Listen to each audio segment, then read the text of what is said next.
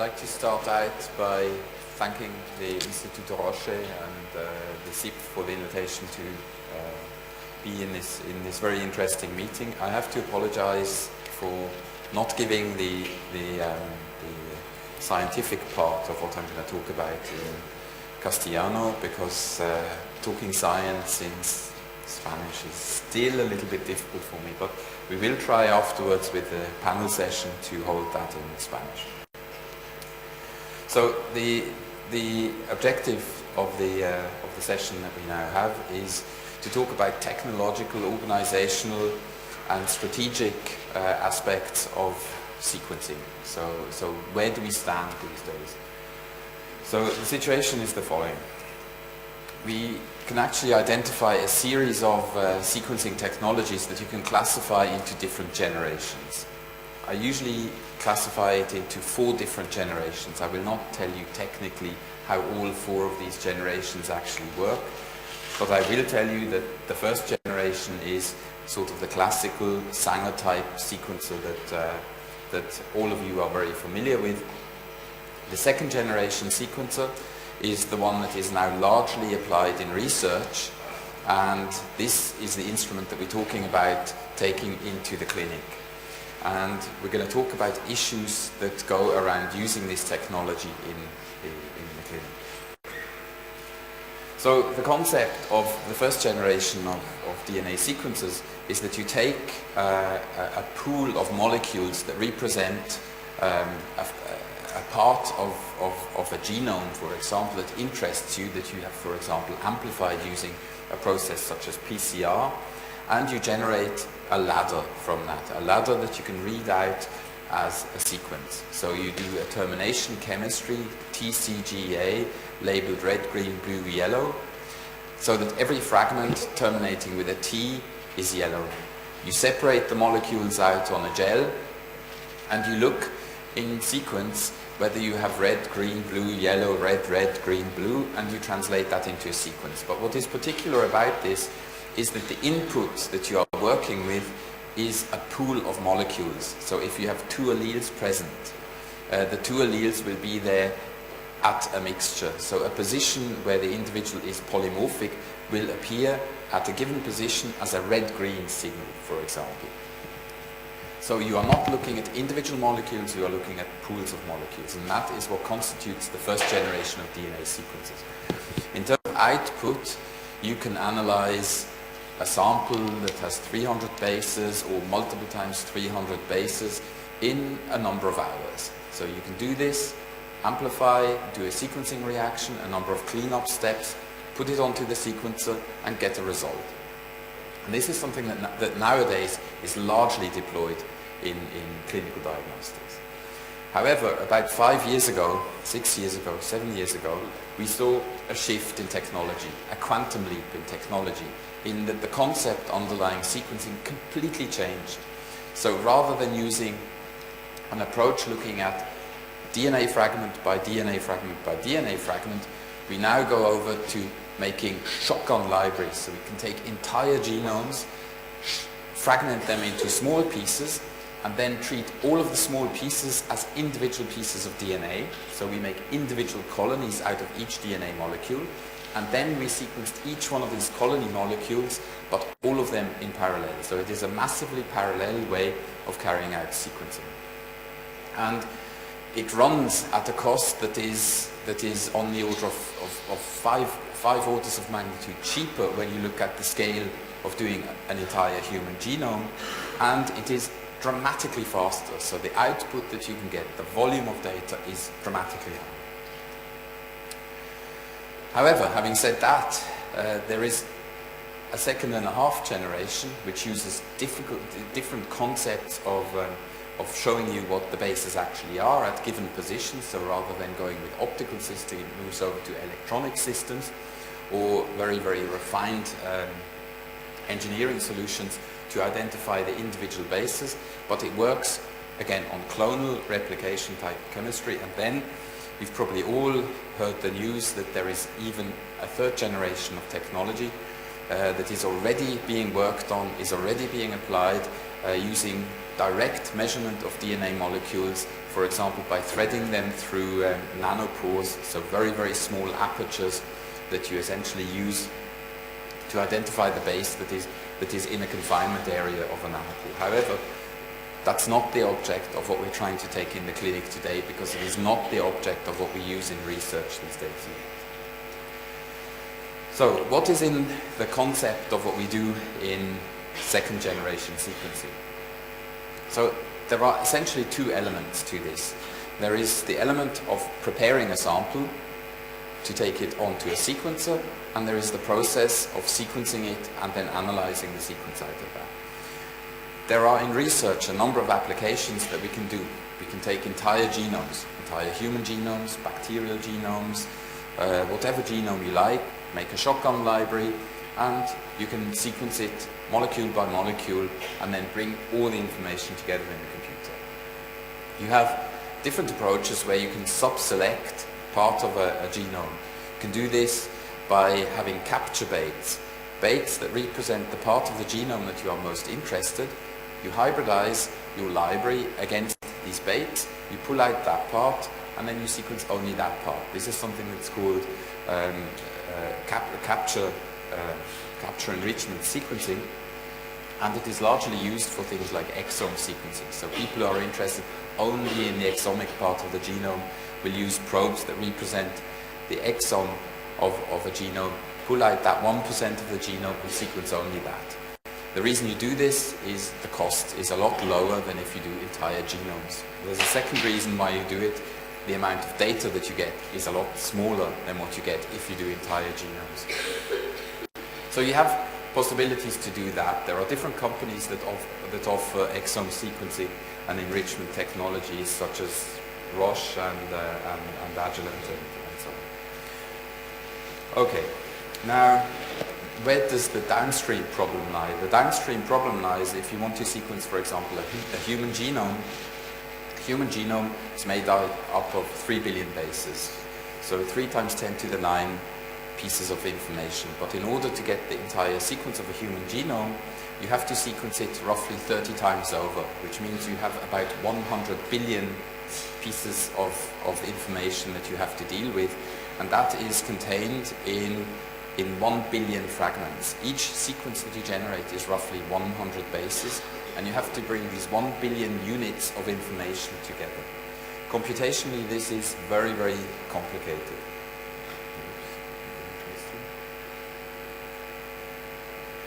Computationally, this is very, very complicated. So you have to bring everything in and then identify the variability. So what is polymorphic within the individual that you are looking at? Now, there are a series of pieces of software that you can use to do this. I will refer to the Illumina technology, where you go from the sequences to calling the bases to aligning the reads. And essentially the underlying problem is the following. You have a reference of a human genome, and what you're interested in is a difference relative to this reference. That means you are looking for reads that are slightly different than the reference, so not identical. The identical ones are easy to position. The ones that are slightly different are more difficult to position. And the more different they become from the reference, more tricky it becomes to put that onto the sequence. And now what you have to do, if you want to do this in the clinic, is you have to be absolutely certain that what you are calling is correct. So you have to be sure that there is a difference relative to the reference, but you have to be certain that you are positioning that right. And obviously the more space you allow to this system, the more possibilities start existing on the way. Okay. So just to let you know what happens in the research world, so I direct the Centro Nacional de Análisis Genómico in Barcelona, and we do this on a routine basis. We have 10 Illumina sequences that we operate that generates about 700 gigabases of sequence every day. That's the equivalent of about 7 30x coverage human genomes every 24 hours. In order to do this, we have to put a lot of compute power behind what we do. And this is obviously in a clinic not necessarily the sort of thing that is simple. So, some of the considerations. So the first thing is, when we do second generation sequencing in the clinic, we are talking about a turnaround time of sequencing on the instrument itself of 2 weeks. 2 weeks is not acceptable in the clinic. So to hand out a diagnostic where you have to sacrifice maybe 1 week to preparing a sample, 2 weeks to sequencing, and maybe another couple of weeks to interpreting the data is too long. So you need to do this a lot quicker. Now, the way you can do this is if you choose not to sequence entire human genomes. That's obviously one thing. As I said, you can use selection procedures. And interestingly enough, there are a number of low-volume sequencers, low-volume second-generation sequencers that are available, such as the GSFlex Junior, or the MiSeq, or the IonTOR Proton instrument. So these are instruments that can turn around the sequencing process within a few hours to 1 day. So that means you can reduce the sequencing process to that. However, there still are a lot of considerations when you look at human genomes. That is that anyone's genome in here will have roughly 3.5 million polymorphic positions. And so if you want to sequence a human genome, you will, for each one of us, get 3.5 million polymorphic positions, and essentially each one of those could be a susceptibility gene for X, Y, Z. Well, how do you deal with that if you were doing whole genomes? What do you do with your patient? You're interested in gene X, and you have a whole lot of other information, and some of it confers susceptibility. So what do you do with that? How do you tell this to the patient? Is it important for the patient? And this is obviously a big shift from looking only at your one gene and not worrying about the whole rest. Here, your problem is that you very often generate a lot more information than you actually want to deal with, and do you have a responsibility for reporting that back to the patient who you're analyzing? So incidental findings are very, very problematic in this. Because you have such high resolution, you find a lot of them. Because you can generate so much sequence, you identify a lot of them. Another problem is that even if you have a candidate gene that you are looking at, so if you have a target gene that you are looking at and you see a difference, but not the one that you initially were looking for, assuming that you're looking for KRAS mutations in what is it, exon 12, 13, 14, you're looking for those. What do you do if you find something in an exon a little bit next to it? What do you see? What do you do then? You don't know what this means, but you can obviously see it. So how do you deal with that? How do you report information that you have no clue what the function of is? And how do you do that in a clinically regulated environment? Very, very complicated. We have been working with a couple of companies and who do diagnostics, and the approach that we've been taking there is actually very interesting. The way we've been going is we've been, rather than sort of basing the report to the patient on the sequencing that we were doing, we actually use the sequencer as a pre-screening tool, and the company afterwards takes our observation and verifies it using the older technology. So we use a fairly large panel of information.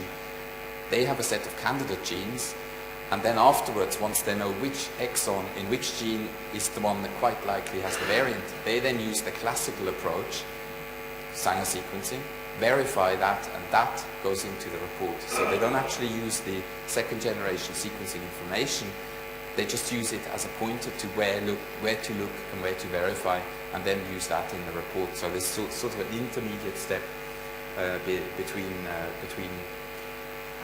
the new technology and the old technology. So this is sort of the situation that we currently are in. Okay, I will stop at that, and I will move over to opening the session together with my panelists. I have with me on the panel Ricardo Ramos-Ruiz, Javier Santoyo, and Laura Somoy. We have a number of questions that we've established over the last weeks and months, and we are going to start discussing these, and I will start canvassing opinions on how these things work. Which means I will now try to go over to Castillo.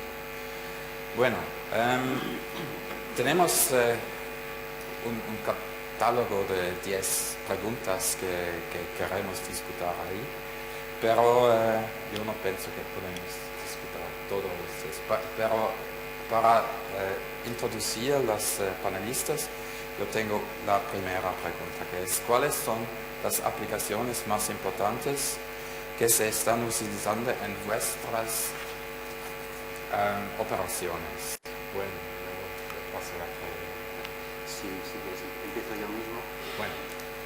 Y quizás sea bueno para esta primera pregunta, pues un poco introducir dónde venimos cada uno. Yo trabajo en el Parque Científico de Madrid, que es el laboratorio de secuenciación masiva, es un esfuerzo común entre el propio parque, que de alguna manera refleja el esfuerzo de dos universidades de Madrid, es decir, tenemos una parte académica allí, y junto en colaboración con 4 centros del Consejo, del CSIC, también de Madrid, con lo cual ya con esto pues un poco nos fijamos en que el perfil que tenemos es un perfil inicialmente de investigación. Entonces, en ese sentido, el tipo de trabajo que sobre todo desarrollamos en secuenciación masiva pues pasa desde la secuenciación de organismos completos, normalmente bacterias o virus, a muchos proyectos de investigación, secuenciación de RNA para hacer perfiles genéticos, también secuenciación de RNA de genomas desconocidos para ensamblar transcriptomas, y en lo que tiene más que ver con la sesión de ahora, pues también tenemos algo de trabajo hecho, una buena parte de trabajo hecho sobre secuenciación de amplicones dirigido al estudio de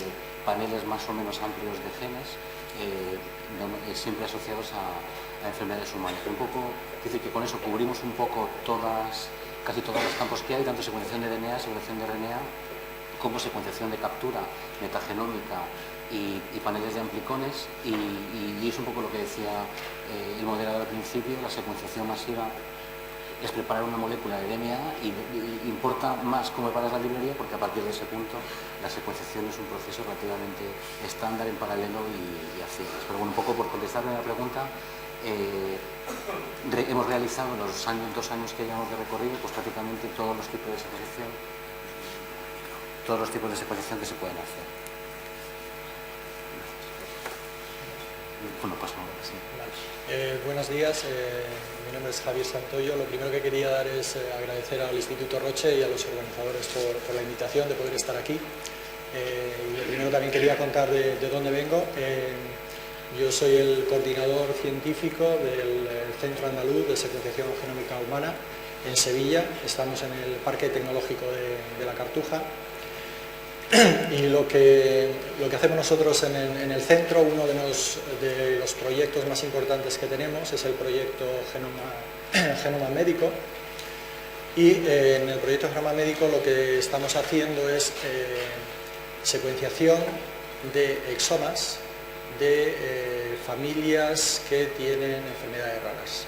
Entonces el proyecto lo que consiste es intentar en descubrir cuáles son los genes que están ocasionando estas enfermedades raras. Entonces el centro pues es un centro singular, que tenemos no solamente la parte de secuenciación para poder llevar a cabo este proyecto, sino que también tenemos una parte de supercomputación, que como comentaba Ivo, pues las dos cosas van de la mano, no solamente la secuenciación, sino que también necesitas una componente computacional muy importante. Y una cosa singular también de nuestro proyecto es que tiene una rama muy importante en la clínica. Trabajamos muy de cerca con el Hospital Virgen del Rocío de Sevilla, que es el que nos proporciona todas las muestras, y también pues con otros ámbitos del Servicio Andaluz de Salud, y también con el Ciber de Enfermedades Raras. Y eso es pues un poco lo que hacemos mayormente, pero también podemos hacer y hacemos pues secuenciación de paneles de genes mediante capturas dirigidas, es más o menos la misma técnica que se utiliza para exomas, pero en un set de genes menor, y eso lo estamos poniendo ahora a punto para determinadas patologías como distrofias retinales, para el diagnóstico clínico de distrofias retinales. También hacemos estudios de transcriptómica mediante RNA-seq. También llevamos a cabo secuenciación de amplicones.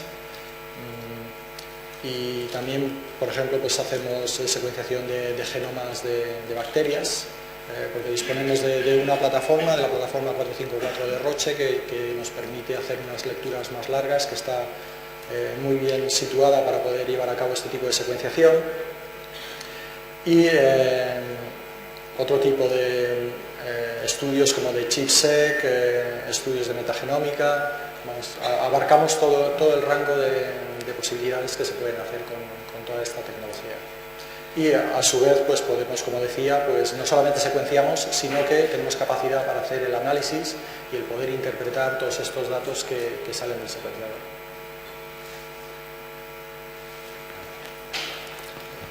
Buenos días. También agradecer la invitación por parte de los organizadores.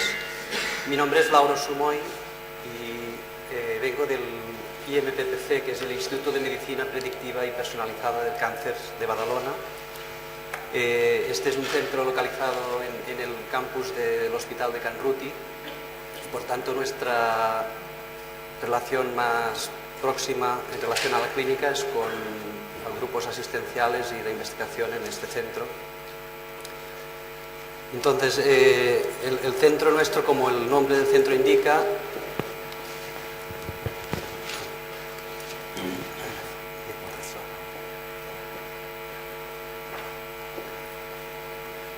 sí, funciona, ¿no? Sí. No sé si había... Vale.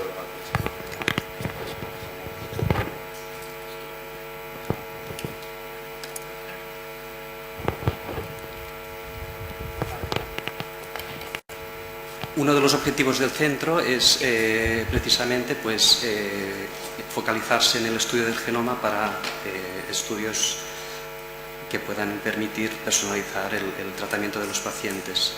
De todos modos, el instituto es un instituto de investigación básica y digamos que la traslación a la clínica pasa por unos años de investigación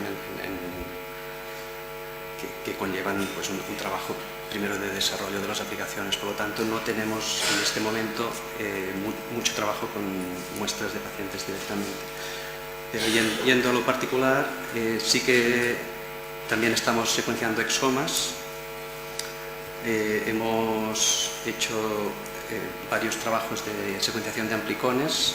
En particular, uno que es muy interesante es la secuenciación ultra profunda para buscar la presencia a niveles basales de mutaciones que no pueden ser diagnosticadas por métodos convencionales, por ejemplo, para buscar genes de resistencia a tratamiento tumoral en el tumor previo a la manifestación de la resistencia. Otra de las aplicaciones que estamos desarrollando en conjunción con uno de los grupos del centro es ensayos de metilación, de detección de metilación que permiten, bueno, es todo previo patente, pero básicamente el principio es de intentar obviar los problemas asociados al alineamiento de la secuencia convertida por bisulfito.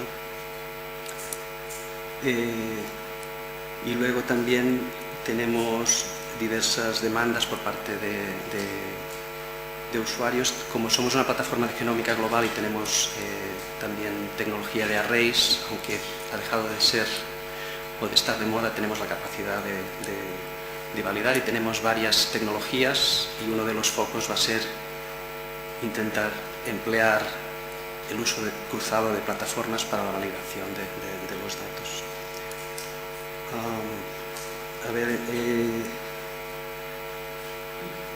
En cuanto a proyectos específicos ya más próximos al diagnóstico, existe en desarrollo en conjunto con un grupo de cáncer hereditario, el desarrollo de un panel comprensivo por captura de todos los genes implicados en síndromes y cáncer hereditario. Esto es un campo realmente en el que trabajan muchos grupos, tanto básicos como compañías, y bastante competitivo, pero claramente hay una demanda en unificar crear un único ensayo en lugar de una diversidad de ensayos y poder pasar por un mismo pipeline todas las muestras de pacientes con el fin de optimizar y hacer uso eficiente de recursos. Y creo que no me dejo nada, pero básicamente estamos también trabajando en este sentido, en aplicaciones similares a los otros panelistas. Que es claro de este grupo de panelistas es que están de base en la rechercha básica de utilización de esta tecnología. Y en esta idea me interesa qué cambiará en esta operación si el precio de este tipo de análisis bajará a 10% del precio actual. ¿Qué haces en esta situación? Bajado a un 10% o menos de lo que era hacer una determinación genética hace pocos años. El problema es que secuenciar por una décima parte de lo que vale no significa reducir a un 10% todo el coste del proceso global. Es decir, tú lo has resumido bien antes, hay una primera parte de preparación de la muestra y esa, como después vamos a secuenciar casi sin mirar, tiene que ser perfecta. O sea, no podemos fallar una muestra porque esa muestra no tiene vuelta atrás. Cuando vas muestra a muestra, si una muestra te falla, repites esta. Ahora no tienes que tener, si analizas 15 pacientes juntos, los 15 pacientes tienen que tener buen resultado. No nos vale 14, necesitamos los 15. Entonces, esa primera parte nosotros en el laboratorio dedicamos bastante esfuerzo y es una parte que consume tiempo y también consume recursos, quizá más tiempo que otra cosa, y esto es un poco la limitación mayor que tiene la tecnología. Luego, secuenciación, si tienes un número muy pequeño de muestras ya es muy barato, no es la parte más costosa de todo el proceso. Y luego todo ese conjunto de información, que además es muy voluminosa en comparación con lo que estábamos manejando apenas hace unos años, se tiene que analizar y sigue siendo un análisis que, aunque informáticamente también paralelices, informáticamente sea mucho más eficaz que antiguamente, al final cada una de las variantes tienes que asociarlo con un fenotipo o tienes que intentar asociarlo y esa parte no ha disminuido, al contrario, con aumentando la cantidad de información que tenemos, aumenta la cantidad de cosas que vemos, aumenta la cantidad de cosas de las que merece la pena fijarse y tener información. Es decir, que tal y como yo lo veo, el proceso se ha abaratado muchísimo. Lo que antes hacíamos con un gen ahora podemos hacerlo con 100 sin ningún problema, pero los cuellos de botella, que son la preparación de la muestra, tanto en tiempo como en esfuerzo de personal, como el procesamiento de los datos, sigue siendo costoso en tiempo y económicamente. Es decir, que realmente el cambio ya está maduro, ya se puede realizar. Podemos hacer lo que antes tardábamos en hacer para uno o dos genes, lo podemos hacer por un panel muy grande. No hace falta que no miremos a otros sitios porque los podemos ver, pero o sea, digamos que el cambio yo lo veo en que ahora somos capaces de mirar muchas más cosas, de tener información de verdad mucho más profunda y no fijarnos en detalles tan concretos como antes. Un poco con la línea de lo que comentaba Ricardo, los precios realmente han bajado ya mucho. Un 10% pues bueno, es un descuento, pero lo único que nos permitiría pues hacer más muestras. Pero ahora estamos desarrollando paneles para diagnóstico y bueno, podemos hacer capturas dirigidas de 1 o 2 megas, ¿no? de un panel de varios decenas o cientos de genes, y esto ya pues lo podemos, estamos intentando pues que sea pues menos de 500 euros, por ejemplo, ¿no? Entonces un 10% realmente pues bueno, pues no es una cosa muy significativa. Lo único que sí que hay que tener presente también que la disminución de los precios nos va a permitir secuenciar más, pero quizá nos va a dar otro problema, que vamos a tener más datos y hay que almacenarlos, y el almacenamiento, hoy por hoy, los discos duros son caros y el tipo de almacenamiento que tenemos en estas infraestructuras de supercomputación son muy caros. Entonces, abaratar el precio de la secuenciación está muy bien, pero no tenemos que perder de vista que vamos a tener que gastarnos más dinero en almacenar todos esos datos, y hoy por hoy el almacenamiento es bastante caro. Entonces, bueno, no hay que perder de vista esto, que la secuenciación pues está permitiendo obtener una gran cantidad de datos, va a una velocidad vertiginosa de generación de datos, pero luego hay que hacer algo con esos datos, hay que almacenarlos y hay que interpretarlos, con lo cual no hay que perder de vista los gastos de infraestructura computacional. yo estaría de acuerdo en lo que han dicho tanto Ricardo como Javier. Igual viéndolo desde el punto de vista de optimización de recursos, yo había entendido que era si los precios bajaran 10 veces, o sea, un 10% del coste actual. Si fuera un cambio tan significativo, realmente sí que uno podría emplear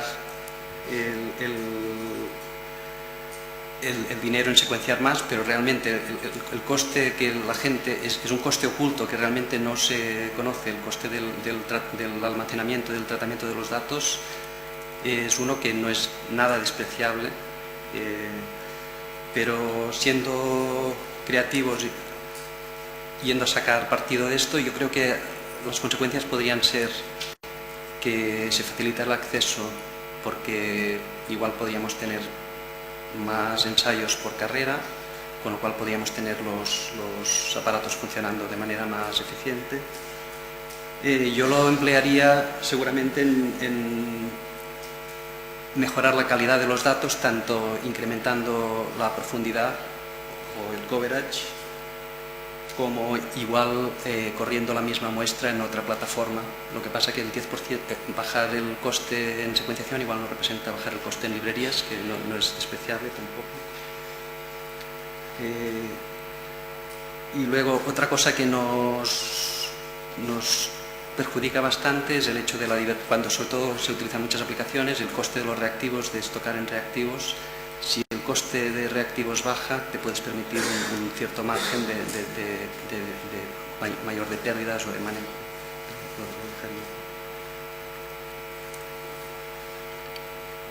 Bueno, yo pienso que la opinión del panel es muy única. Tenemos una opinión singular. Es claro que podemos producir datos muy grandes, que si el precio de los reactivos baja 10%, no cambia mucho el problema, porque el más gran problema actualmente es el volumen de datos que tenemos. Y para organizar, analizar y presentar es muy importante. Para mí, que es clave en es que un clínico, si yo paso un VCF file, VCF es un format de información. Si yo paso un VCF file a un clínico, a un patólogo, es imposible que pueda interpretar qué tiene en esta información. Que es muy importante es que entre nosotros, que podemos producir muchos datos, y el clínico, existe un interface, un intercambio, una interpretación porque el patólogo, el clínico, puede interpretar el resultado. Este es muy importante. Y para mí una segunda cosa que es muy importante es que en la diagnóstica clásica vamos a analizar una idea. Tenemos una idea y sabemos que nos interesa, ¿tiene una mutación KRAS, sí o no? Esta es la pregunta. En la segunda generación de análisis que hacemos es diferente, porque salimos datos que son muy ricos y este es a interpretar para el clínico que da la información al paciente. Este es un problema importante. Este para mí es la pregunta de transición de tecnología en clínica. Y este es yo pienso en términos de datos. No es importante que un médico que tiene un ordenador con el resultado tiene VCF files que puede escanear. Este no es importante. Que es importante es que tiene como un iPad con Google Doctor que dice KRAS. ¿Qué es el resultado para KRAS? ¿Qué es el resultado para otras mutaciones?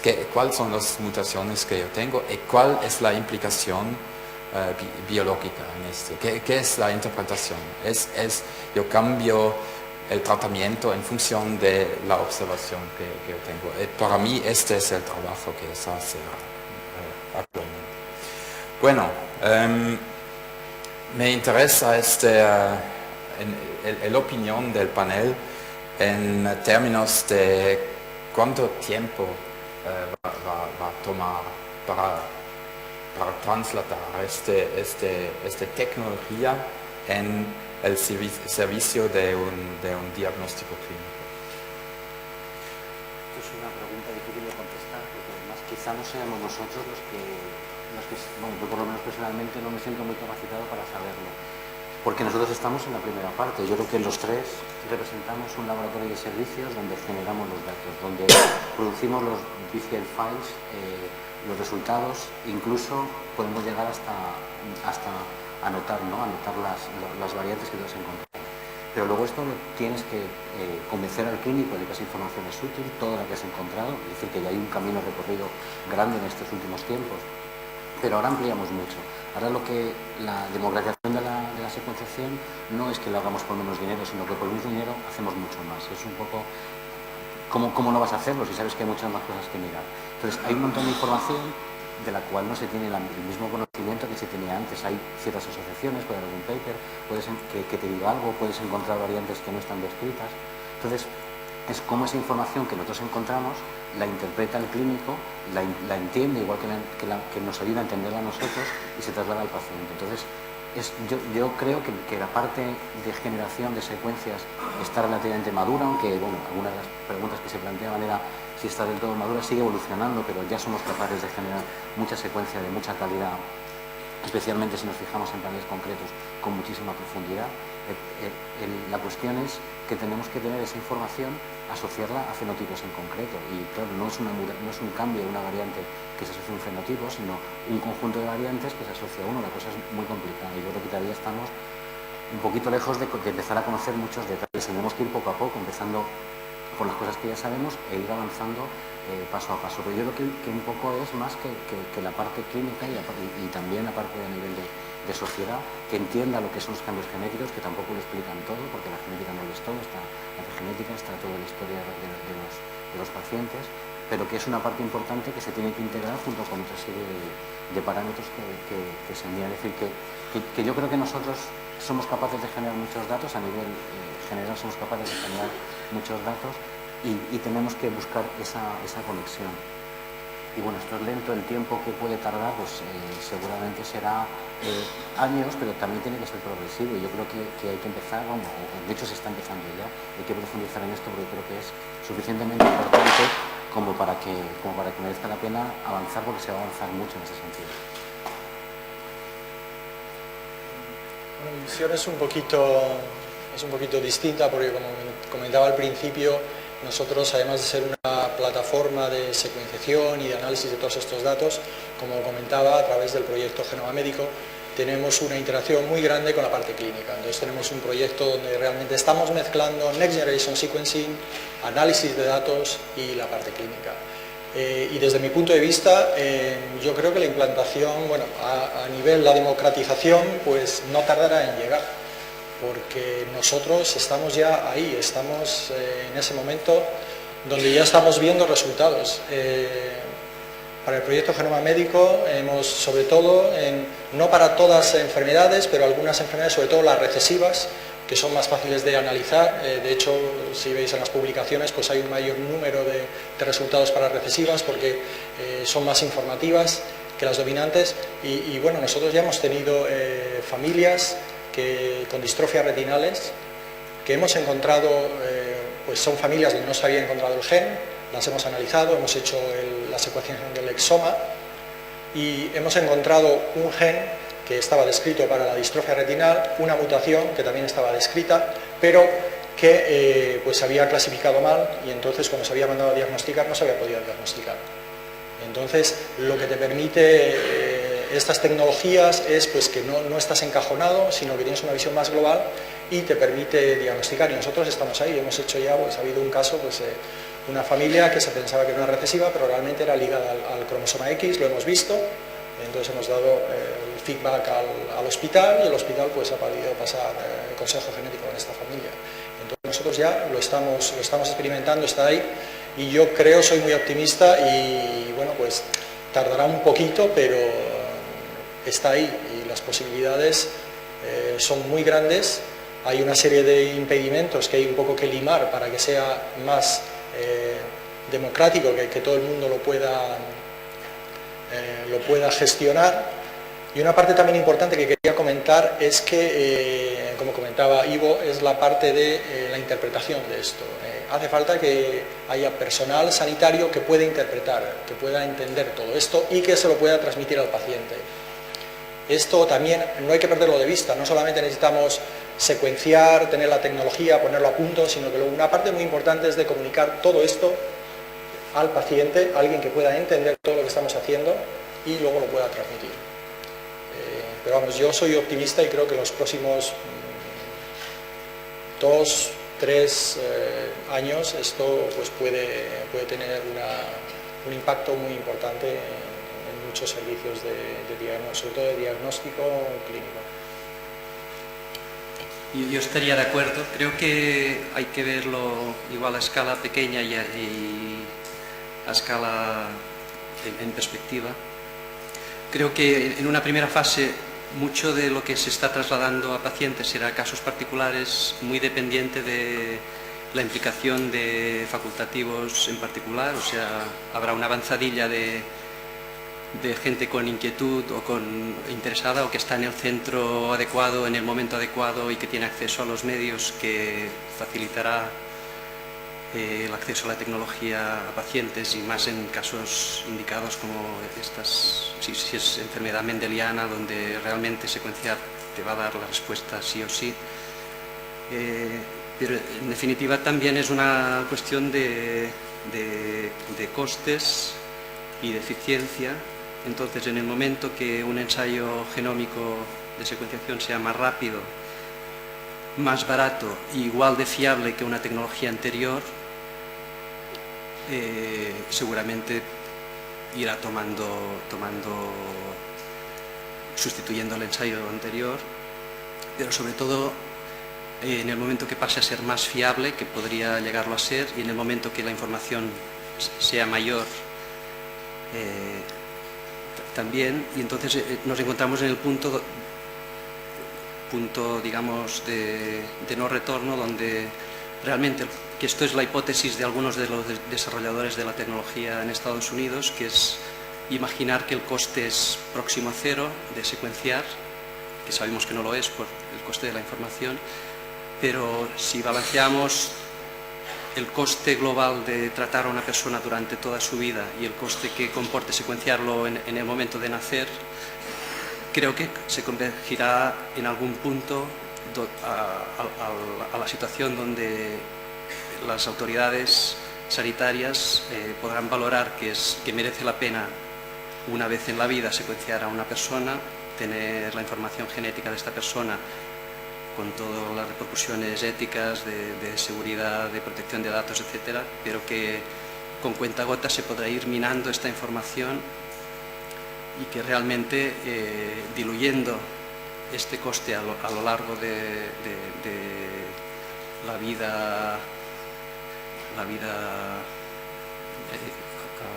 de la salud de la persona, llegará a merecer la pena. Lo que no sé es en qué plazo y el hecho de esto, de si todo el mundo tendrá igual acceso a esto.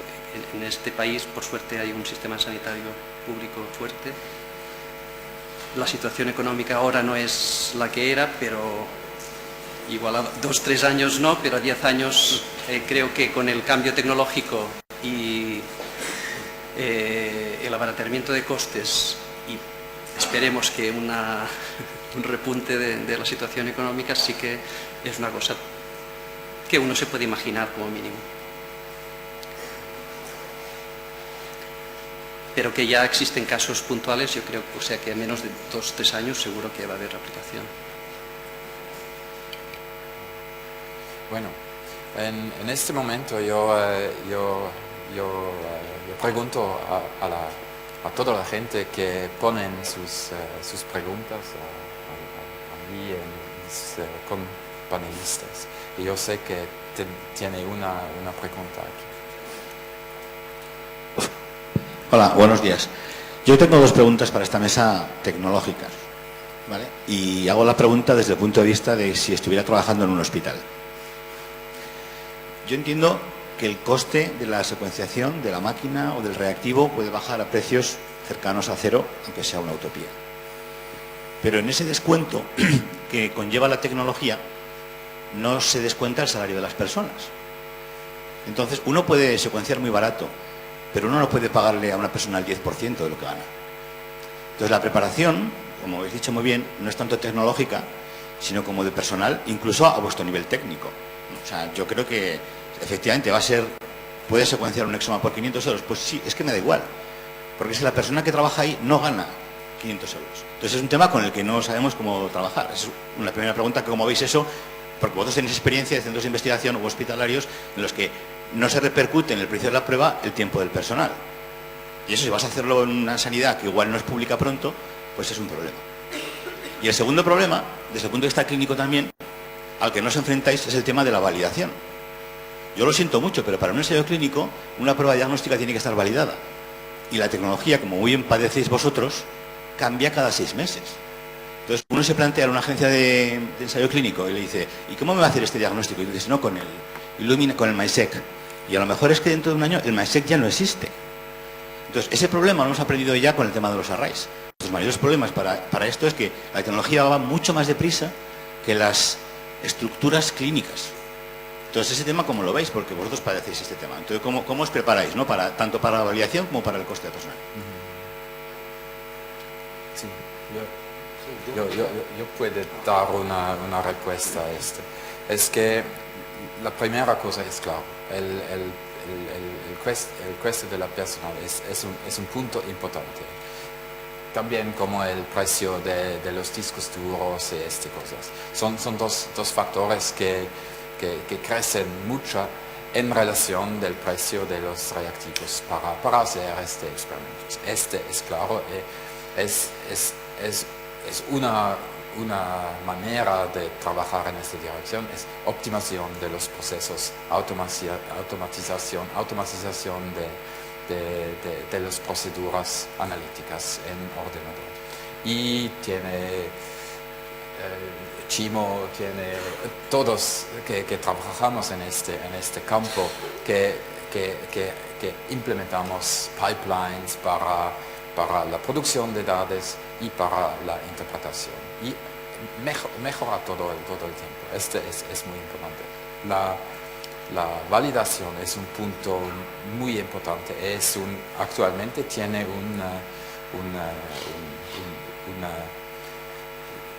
una zona vida entre el resultado que da un secuenciador de la segunda generación y el paciente.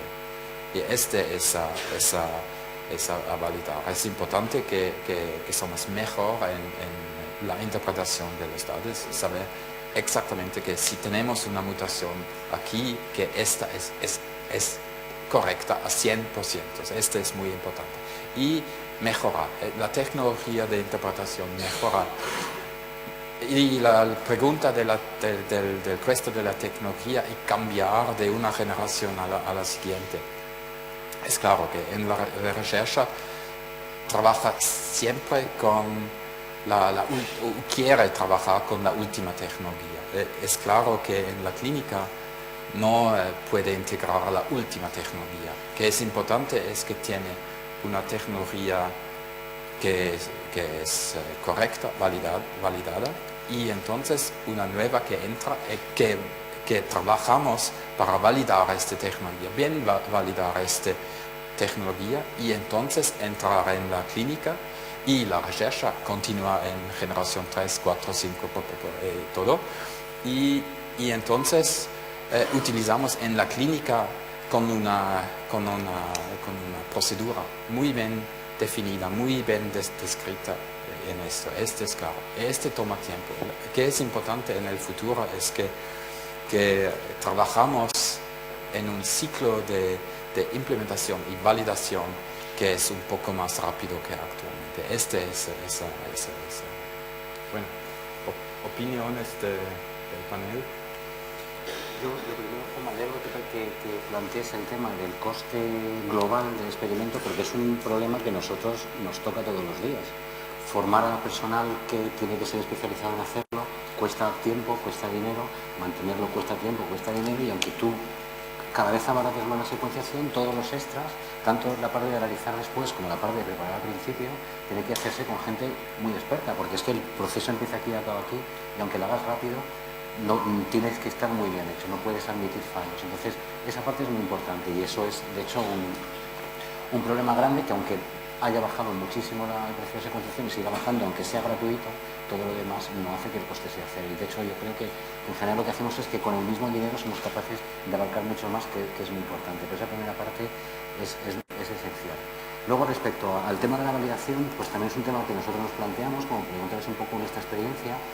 Nosotros cuando pensamos en montar el laboratorio, digamos, de masiva, podemos montarlo dentro de una unidad de genómica ya establecida, o aparte, y desde luego la idea fue montarlo dentro de una unidad genómica ya establecida, pensando sobre todo en validación. Todos los cambios que tú vayas a encontrar ahora los vas a tener que validar, o sea que al final es verdad que tú con la secuenciación masiva puedes ir a pescar un montón de variantes de las que puedes pensar que existan o de las que no, pero después, sobre todo las que encuentras que no esperabas, tienes que validarlas. Entonces es mejor meterlo ya dentro de un laboratorio donde eso esté resuelto, donde sea fácil hacer una secuenciación Sanger o montar un array o lo que sea. La experiencia que yo tengo de usuarios nuestros, no es directamente nuestra, es que las variantes, digamos, con paneles más o menos grandes de genes, todo lo que con secuenciación masiva se ha encontrado, todo se ha validado luego por Sanger. O sea, digamos, todo lo que tú has dado como una variante que puedes haber encontrado o que están buscando y que has encontrado, cuando te has ido a secuenciación Sanger admitida, ¿no? Se ha encontrado, es decir, que es suficientemente fiable, y de hecho es que es la misma tecnología, estamos secuenciando, no estamos haciendo nada diferente con el DNA, lo que hacemos es paralelizar y tecnológicamente cambiamos mucho, pero seguimos secuenciando base tras base con una polimerasa, entonces es más o menos esperable. Y luego, pues un poco yo también, por la posición que presentamos los tres como laboratorio de servicios generales, yo creo que la idea es que cada vez más laboratorios como los nuestros sean los que den soporte a los hospitales, es decir, que un hospital no puede estar a la última en equipamiento, nosotros personalmente tampoco, pero bueno, digamos que como cubrimos un rango más o menos amplio de aplicaciones que puedes tener, lo mejor es, pero igualmente tiene que haber mucha colaboración, mucha confianza, y tanto por la parte de clínico como por la parte nuestra, que seamos capaces realmente de comprender el problema, de priorizar, de saber lo que una persona quiere. Pero yo creo que esa es la persona, ese es el tipo de modelo en el que tenemos que trabajar, que no es tanto externalizar, sino una colaboración con un equipo que te da soporte en ese tipo de tecnología, igual que puede dar en otras muchas. Es un poco la visión que yo tengo. Bueno, pues contestando estas dos preguntas, la verdad es que son dos preguntas muy interesantes. La primera sobre los costes, obviamente es que no solamente hay que pensar en que los costes de reactivos están bajando, como ya comentaba antes, hay que tener en cuenta otra serie de cosas, como por ejemplo, pues comentaba Juan, el personal, que bueno, hay personas que se tienen que alimentar y tienen un jornal y hay que pagarlo, también infraestructuras de otro tipo, computacional, y entonces eso hay que tener en cuenta, que hay una serie de costes que no solamente está bajando el precio de secuenciación, sino que también hay otras cosas que en algunos casos se pueden incrementar si tenemos muchos datos, entonces eso no hay que perderlo de vista. De todas maneras, sobre todo en el tema de personal, lo que se tiende en toda esta tecnología es a robotizarlo todo, a automatizar, porque es un proceso muy laborioso que lleva muchísimos pasos y uno pues se puede equivocar, ¿no? Entonces, para que todo sea mucho más fiable, en el laboratorio lo que se hace es se robotiza, se tiene robots que hacen pues todas las, sobre todo cuando hay que pipetear muchas cosas sucesivas, el tener un robot asegura que ese proceso es reproducible y que no tiene ese error.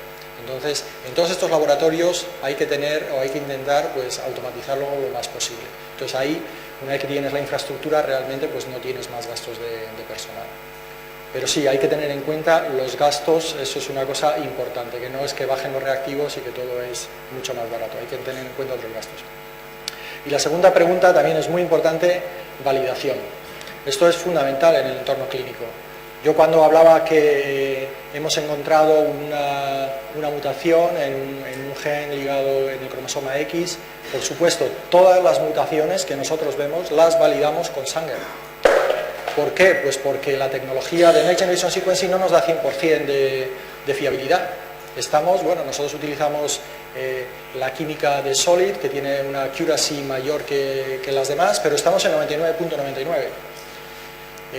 Y eso tiene, en 3.000 millones, pues son errores. Entonces, eso sí que hay que tenerlo en cuenta, que todos los datos siempre hay que validarlos. Nosotros, todas las mutaciones que encontramos por Next Generation Sequencing, al final, cuando tenemos nuestros genes candidatos y se validan todos por Sanger.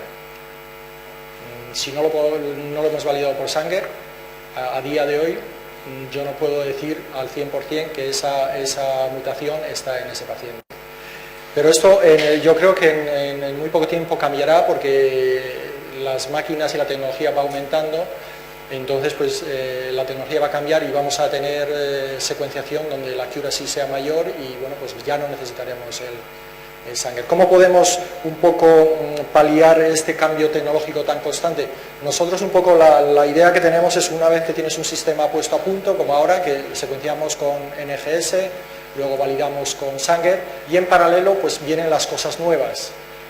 Cuando tengamos lo nuevo validado, que realmente sepamos que está funcionando, entonces reemplazaremos lo anterior, pero no antes. No podemos a lo loco, viene una cosa nueva y actualizarlo, no puede ser así en un entorno clínico. Tienes algo que está validado, que está funcionando, cuando viene algo nuevo lo tienes que volver a validar, que todo funcione, que todo esté ok, y en ese momento puedes hacer el cambio. Yo lo que veo es que esto representa un cambio de paradigma, pero no deja de ser similar a lo que, sin venir de la sanidad, me imagino que puede haber pasado hace 20 o 30 o 50 años, a medida que se fueron incorporando nuevas tecnologías de diagnóstico, como yo que sé, el diagnóstico por imagen, o en los laboratorios clínicos, cuando se hacían ensayos bioquímicos. Luego había el departamento de bioquímica en el hospital y luego se empezó a externalizar a grandes centros donde todo iba por robots igual. O sea que no creo que, aunque ahora parezca que es un coste nuevo añadido, no creo que deje de ser gente que antes hacía otras cosas, que ahora pasará a hacer este tipo de ensayos, y que igual lo que sí que afectará es la organización o los departamentos que ahora existen. Lo que sí que es verdad es que a día de hoy implantar una unidad de genómica muy sofisticada y de coste alto en cada hospital es prohibitivo, y creo que son los centros ya establecidos, en particular si tienen ya asociación con centros sanitarios, esto lo facilita, que podrán absorber la demanda, y deberían los costes de personal un poco ir previstos en la estructura esta, y más adelante pues puede ser tanto que se reciclen servicios de patología, o que en algunos sitios es donde es lo que está pasando en realidad, o de bioquímica, o de biología molecular, o de genética, que también hay unidades de genética en hospitales, o bien que se racionalice y se prioricen centros de referencia, que creo que hay iniciativas ya en este sentido, pero centros que pueden bien ser los centros de investigación básica de ahora. Realmente sí que el sentido común del que se hablaba al principio diría que, bueno, tenemos iniciativas y hay redes y interactuamos y nos conocemos los de abajo, pero que desde arriba se haga un esfuerzo y puede venir desde el sector público, y también me imagino que si hay sanidad privada también se esforzarán por buscar el mejor postor. Pero creo que el tema de coste personal sí que es verdad que implica que la secuenciación no tiene un coste cero, ni nunca tendrá un coste cero, pero que no es nada nuevo, que debería. Y por lo que hace referencia a la validación, yo sí que veo que un paso cualitativo vendría, sobre todo cuando se trata de validar muchísimas variantes, de saltar de Sanger a una segunda tecnología, lo que se llama una validación ortogonal, que creo que en principio duplica el coste, pero cuando estamos hablando de validar centenares o millares de variantes, el Sanger vuelve a ser prohibitivo. Entonces tendría sentido pensar en eso. A mí we'll switch back to English to try to summarize 1 hour of discussion. I don't know, should I take... in a way, I'm already out of time, so I should sort of summarize, but maybe we can discuss later.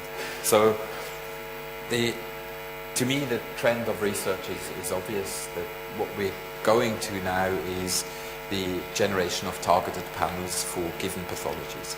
So targeted panels that contain on the order of hundreds of genes, so a lot more than we currently do with first generation technology in diagnostics, but still limited relative to the size of an exome or limited to the size of an entire genome. However, having said that, it is obvious that in the future the diagnostic is going to go to the whole genome sequencing as soon as that is doable. Doable being in this case automated, interpretable without having too much human intervention on the way. This is very important. I think pipelines that are being established at genome centers, they are very, very important. They need to be translated into a digested result that a clinician can work with. So it's no good giving him 3.5 million variants and saying, now worry about it. I do not necessarily agree on the point that the technology should be sitting in genome centers. I think the technology has to sit with the clinical diagnostic services in the end, because it's for volume reasons. Just imagine, there are probably on the order of 12 million cancer cases diagnosed every year, worldwide. In Spain, we're probably in the hundreds of thousands. Now, if I can do, what did I say, 7 genomes a day, there's no way, and I'm by far the biggest center in Spain. There's no way that I can get remotely close to analyzing all of these new cancer cases in Spain. It's impossible. I would have to put 20 times as much sequences in, 20 times as much computers in. It's not doable. There needs to be a transition that moves this into the hands of the clinical services so that they can start with targeted panels, look at those, work and get a curated result out that they are confident with. However, the transition from us to them has to be helped. So we need to work together. This is very, very important. We have to get close to clinical services to help the clinical services deal with this problem, the volume problem.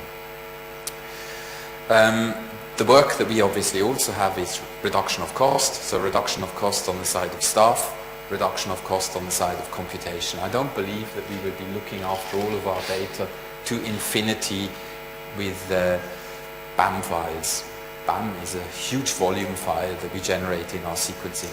What we have to get in the end is a number of curated variants. You can hold a human genome, you can probably hold 100 human genomes or so on a USB stick very easily if you have the interpreted data, and if you know that the interpretation is correct, then you don't really have to worry about all the computational bump that is behind it.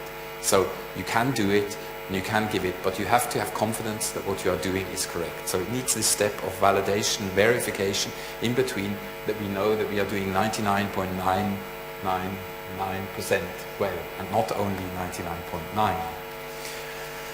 Okay, and then, so I think that is very, very important that this transition starts happening, and it is happening because I know we are working with numerous people here on actually doing that, going close to the clinic. It's difficult for us, and it's difficult for the clinics, but if we make the effort, then we can do that, and we can achieve that, and we can bring it to the patient. Very, very important. Okay, so I think this is sort of the nutshell of what we've been discussing. I would like to thank my co-panelists, Ricardo, Javier, Lauro, for working with me on this, and I apologize for running over a couple of minutes and not having taken your question. Okay, thank you very much.